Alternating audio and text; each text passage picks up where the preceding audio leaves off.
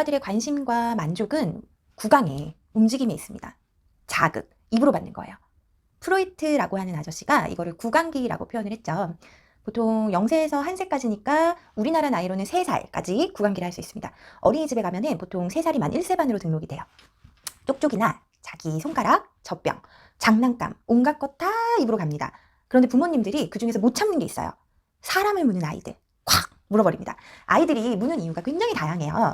보통은 장난으로 물었는데 반응이 너무 재밌는 거예요. 첫 번째, 장난으로 물었는데 반응이 재밌는 거예요.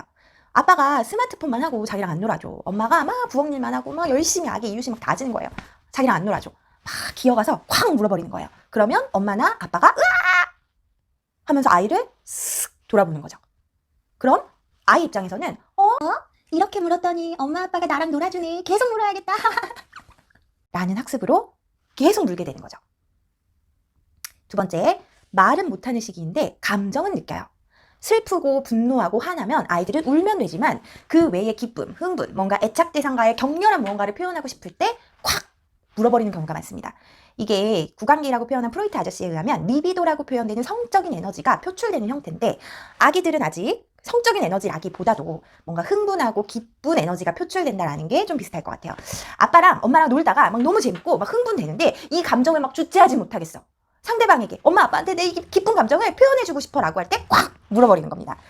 이성을 잃고 물 때 제일 아파요. 세 번째, 이가 간지러워서 무는 경우가 있죠. 이런 경우는 그냥 치발기 하나 입에 주면은 간단히 해결이 돼요. 보통 이 세 가지 유형에서 크게 벗어나지는 않아요. 하지만 우리 부모님들의 반응은 좀 동일하죠.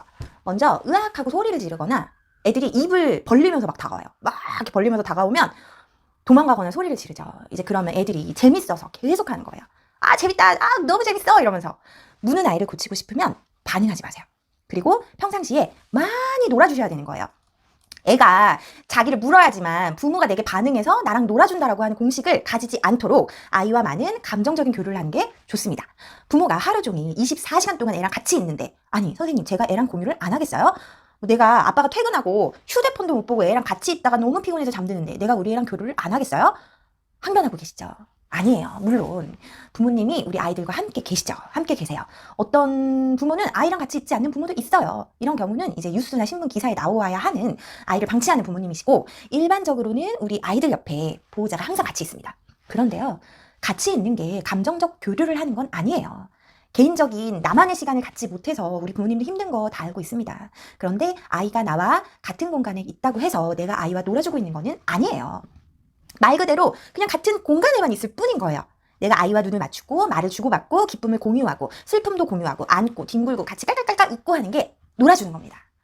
아이가 우리 엄마 아빠의 뒷모습을 보고 다가와서 콱 물어야지만 돌아볼 경우 그렇게 아이를 돌아보지 말아주세요. 그러면 아이들이 계속 물 거예요. 이제 힘든 경우는 이제 뭔가 기쁨의 표출로 부모님을 무는 경우죠. 흥분 상태에서의 감정 표현은 성인도 자제가 잘 되지 않습니다. 아이들은 물론 더 잘 되지 않겠죠. 이 말은 이런 표현으로 무는 걸 고치는 아이들은 어렵다는 이야기예요. 이제 감정이라는 게 흐르는 물을 인위적으로 막아서 댐을 치고 다른 길로 또다시 흘려보낼 수 있게 다른 길을 만들어내줘야 하는 작업인 거예요. 그런데 우리 보통의 부모님들은 대응 방법으로 그냥 같이 콱 물어버려요. 아유 얼마나 아픈지 너도 한번 그냥 한번 콱 물려봐라. 진짜 아픈 거야. 그러니까 물지 마. 이러는 행태로 사랑하지만 너도 한번 느껴보라는 의미로 눈물이 쏙 빠지게 물어버립니다. 그러면 아이들이 안 하는 경우도 있죠. 그리고 두 번째로는 정말 호되게 소리를 질러서 혼내는 거예요. 너 누가 그랬어? 엄마 물지 말랬지. 이렇게 아이를 막 겁을 줘가지고 절대 하면 안 되는 행동이야. 그냥 너 가만 안 둘 거야. 막 이러면서 그냥 아이한테 물지 마 이럽니다. 그러면 애들이 무서워서 안 할 수도 있어요. 그리고 그러면 안 되지만 정신 차리라고 때리거나 방 안에 가둬버리거나 하는 부모님도 있습니다. 이건 감정에 댐을 치고 막기만 하는 거예요. 이러면 아이들이 표출되지 못한 에너지는 감정이 다른 곳에 쌓이거나 또 다른 공격성으로 나갈 수 있습니다. 문제 행동을 막았더니 또 다른 문제 행동이 또 나타나 버리는 거죠. 이 문제 행동이 어떤 식으로 나타날지는 아무도 몰라요. 아이들의 기질과 성향과 부모님의 어떤 훈육 방법 그거에 따라 다를 수 있겠죠. 중요한 건 훈육이 아니에요. 훈육이 중요한 게 아닙니다. 그리고 사실은 2~3살 미만의 아이들에게 훈육은 좋지도 않아요. 얘네가 뭐 알아듣는다고 생각하지만 아이들이 이해하는 게 아니에요. 그냥 겁먹을 뿐이죠. 2~3살 미만의 아이들한테는 훈육을 하지 않는 게 좋으세요. 우리가 처음 사람을 사귀었다고 한번 생각을 해보자고요. 이 사람이 너무 좋아. 같이 만나서 놀이터 가서 막 놀고 막 침대에서 막 방방 뛰고 막 너무 신나서 좋아 막 미치겠어요. 이러면 성인들의 경우에는 우리 청소년들의 경우에는 학습된 훈련으로 사회적으로 이 정도까지 용인이 된다는 범위 안에서 서로 주고 받는 감정의 교류를 합니다. 그런데 우리가 송중기 같은 늑대 인간이라고 한번 생각을 해보세요. 뭐 송중기처럼 잘생기진 않았지만 여자친구가 있어야 되니까 송중기라고 가정을 해보자고요. 그 사람이 너무 좋아서 미치겠는 순간 그 사람의 어깨나 팔이나 목을 콱 물어버릴 수 있어요. 그리고 헤헤헤 하고 웃어버릴 수 있죠. 그러면 상대방이 너무 놀라서 짜증내는 거죠. 이게 뭐 하는 짓이야? 야, 아프잖아. 너 미쳤어? 물지 마. 너무 아파. 너 물면 가만 안 둘 거야. 그리고 늑대 인간인 나를 방 안에 가두고 너 물지 않은 생각이 들 때 나와. 라고 할 수도 있죠. 상처받겠죠? 우리 자존감에 상처를 입겠죠? 아, 내 감정은 표현하면 안 되는 무언가인가? 라고 생각할 수도 있어요. 그리고 감정 표현을 숨기거나 자제하기로 결정할 수도 있죠.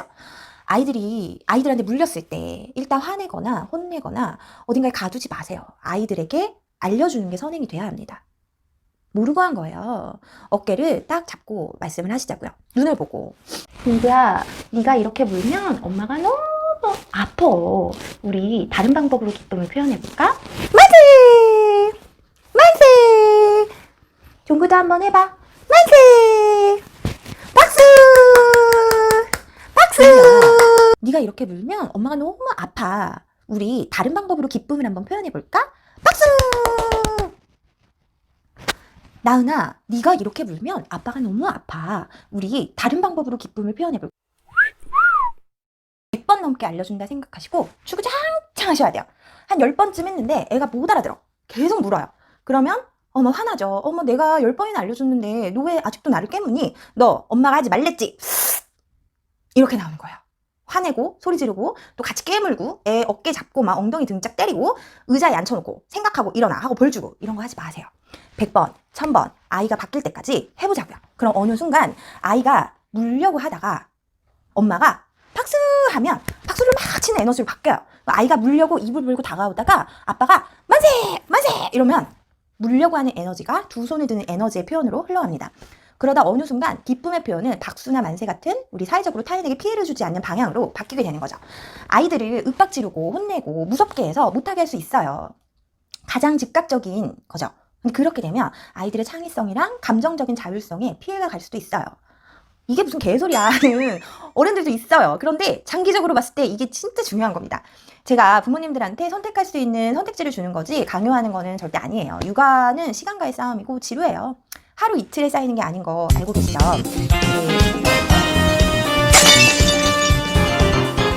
놀다가 하루 안 되면 그냥 무는 게 아니라 그때 되면 아이들이 때립니다. 친구도 때리고 선생님도 때리고 아빠도 때리고 할머니도 때리고 엄마도 때려요. 못하게 하면 벽에 머리를 막 박거나 바닥에 들어눕고 자해하고 누워서 발 버둥거리고 서서 발 동동동동 구르고 장난감 집어 던지고 밥 먹다가도 국도 없고 반찬도 집어 던지고 그래요. 위험하죠. 화상도 입을 수 있고. 천사 같던 엄마들도 단호해지고 특히 아빠들은 이런 거 절대 못 봐줍니다. 엄청 무서워져요. 아빠들이 엄마들이 훈육하는 거죠. 위험하니까 하면 안 되는 거니까 호되게 훈육을 하십니다. 화도 내고 막 달래도 보고 그런데 안 고쳐져요. 점점 심해지죠. 강도가 도를 점점 넘어서서 내가 감당할 수가 없어.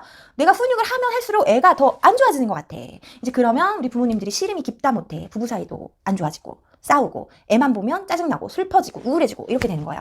그러면 이제 그때 가서 센터나 병원이나 복지관 등을 찾아가서 이제 아이에 대해서 설명을 하시고 검사를 하시는 경우가 많죠. 폭력적인 성향을 보이거나 해서는 안 될 것을 할 때 이렇게 해서 안 되는 거야 라고 백날 말해도 애가 받아들일 때는 왜 하면 안 되는지? 왜 하면 왜 안 되는데? 이해력이 딸려서 이해를 못하고 뒤에 크게 들리는 안 돼! 너 잘못했어! 안 돼! 하지마! 이런 말만 애한테는 들리는 거예요. 결론은 훈육을 하면 할수록 아이 마음에 분노만 쌓이니까 공격성이 점점 올라가는 거죠. 캐캐 묵은 분노들이 쌓이게 되는 거예요. 언어 이해력이 딸려서 말을 못할 뿐만이 아니고 수용 언어 자체가 안 되니까 이해가 딸려서 안 돼 하지마 같은 말들 센 언어만 들리는 거예요. 언어 부분이 올라오면 많이 좋아집니다. 이제 발화라고 표현되는 지난 시간에 말한 그 말로 음절로 표현하는 수준까지 갈 필요도 없어요. 아이들이 수용 언어만 좋아져도 눈에 띄게 좋아집니다. 그러니까 24개월쯤 지나서 이런 공격성이 나오는 경우가 많이 있어요. 수용 언어가 안 되는 애들이. 지난번에도 말했지만 이러면 상호작용의 문제로 넘어가게 되는 거죠. 엄마, 아빠가 동일한 기준으로 훈육을 하고 아까 전에 말씀했듯이 아이의 감정을 다른 방향으로 바꿔주는 작업이 중요해요. 길게 설명하고 이래서 안 돼. 이거 아닙니다. 아이들이 이해하지 못해요. 단호하지만 부드럽고 꾸준하고 반복되는 언어로 하셔야 돼요. 어려운 일이죠. 집에서 이게 어려우니까 치료받으러 많이들 가시는 거예요. 그런데 가정에서 이게 되신다면 굳이 센터 안 가셔도 돼요. 평정심을 지키고 잘하시는 부모님들 생각보다 많습니다. 우리 아이들의 불안정한 마음을 달래준다고 생각하시고 아이들이랑 마주하는 게 좋아요. 이제 수용 언어를 올리는 방법은 부모님과의 상호작용, 지난 시간에 말했던 상호작용을 올리는 걸로도 확실히 좋아질 수 있어요. 그리고 막 혼내면 혼낼수록 애들이 점점 더 안 좋아지는 경우가 있거든요. 그러니까 이렇게 무조건 무섭게 한다라기보다는 아이들이 표출하는 감정을 다른 방향으로 바꿔준다라고 생각하고 대체되는 무언가를 제시해주는 거예요. 이런 감정이 들 때는 박수를 쳐봐. 이런 감정이 들 때는 만세를 해봐. 이런 감정이 들 때는 엄마를 꽉 안아봐. 이런 감정이 들 때는 엄마 귀를 만져봐. 이런 감정이 들 때는 우리 한번 표현해볼까? 싫어. 하지마.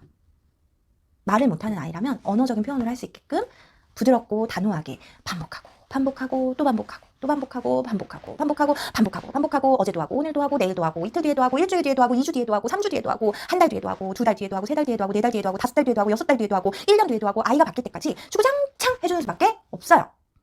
쉬운 길은 없습니다. 꾸준히 오늘 내일 모레 계속 해줘야 되는 거예요.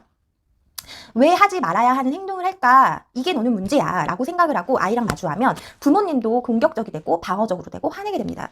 누구 하나는 이성을 붙잡고 평정심을 지키는 게 중요하죠. 아이들은 안 돼요. 걔네들은 잘하고 있는 중이니까. 부모님인 우리가 평정심을 지켜줄 수는 있죠. 그러면 아이가 언젠가 그 부모님의 평정심 안으로 들어오는 날이 있습니다. 분명히 들어옵니다. 힘들겠지만 우리 아이들 기다려주고 반복하고 꾸준히 하면 할 수 있어요. 우리 모두 같은 길을 가고 있습니다. 응원할게요. 힘내세요.